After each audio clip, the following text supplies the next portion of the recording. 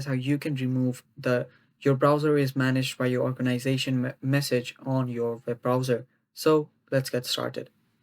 So I have a few codes and links available right here. I'll make sure to put this in the description down below.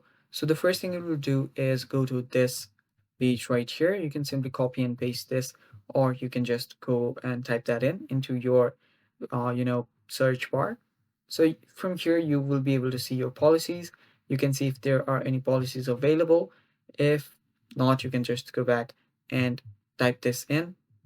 Now just go for this link right here, and after you're there you will see this here. So here what you'll need to find is you'll need to find show manage UI. You can just search this here, copy this and look for this here. You can just control F, go to findings and search for show manage UI, and it turns out it's not here. So what you'll do is we'll go to registry editor.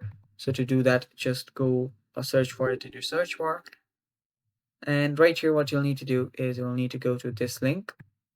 So we'll just paste this here. Let me do that. So it should be around here. Let me do that again. So let's just go through it ourselves. So from here, we'll need to go to local machine, and in local machine, go to software, search. So all of these are in alphabetical orders, so you can find it quite easily. So after here, go to policies. So it's right here, and under policies, you will find a Google Chrome option.